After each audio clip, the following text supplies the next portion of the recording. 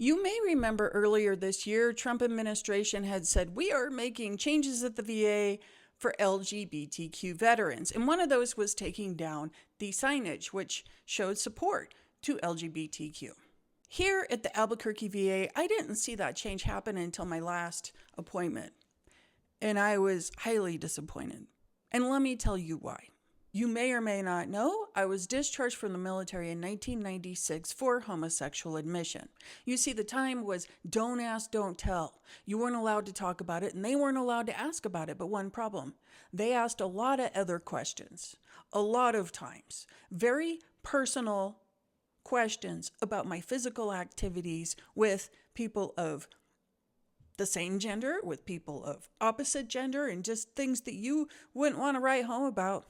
As a result of being questioned so many times, the harassment began, and I started to be treated in a very horrific manner.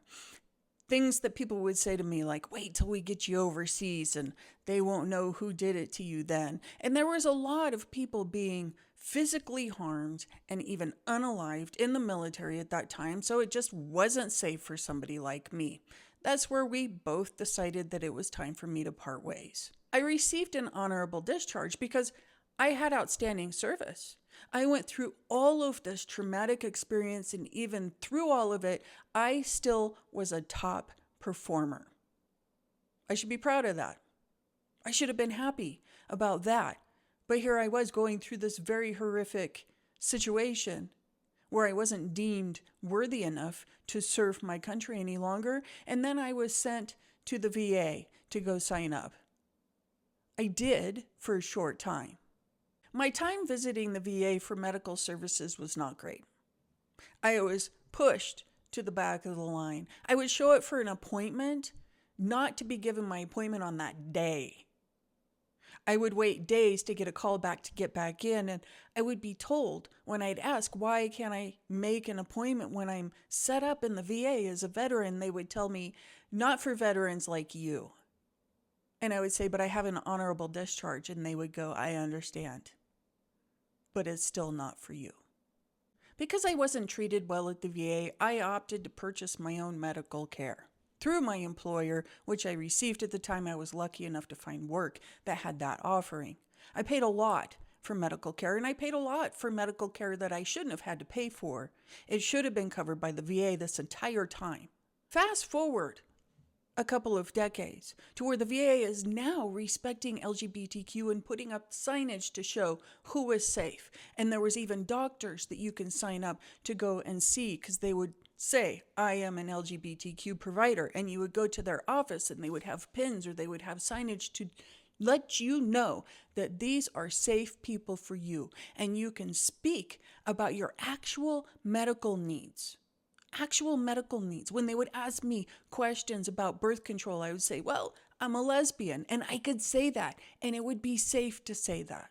And now we're rolling back to that time. I'm 100% disabled. I rely on these services at the VA, and we are rolling back to a time where it's okay to treat LGBTQ differently. And you say, hey, we just don't want to give you special treatment. It's not special treatment to be recognized that you will be treated like everybody else here.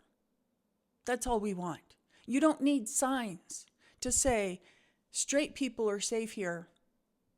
You don't need that because straight people are typically safe everywhere. You need to remember that LGBTQ veterans who are in the VA system dealt with a lot of harassment while in service. Dealt with hearing a lot of horrible things about ourselves from fellow veterans, from fellow service members.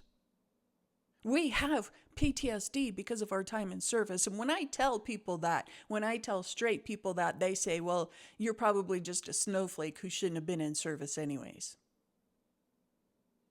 How would you feel standing next to people who are supposed to fight alongside you?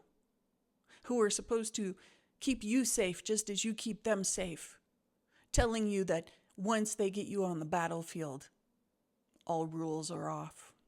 And if you're one of those people who say, well, you don't need this up there to feel safe, then I just encourage you to understand what it is that we've gone through and how many times we were made to not feel safe because people don't agree with us because of how we were born. And if you're someone who is LGBTQ who does feel safe regardless, good for you. I'm glad that the world hasn't bit you in the way it's bitten me, and I hope that it never does. But those signs were just my little peace of mind, my insurance that nothing bad was going to happen to me here. But now I don't know. I don't know.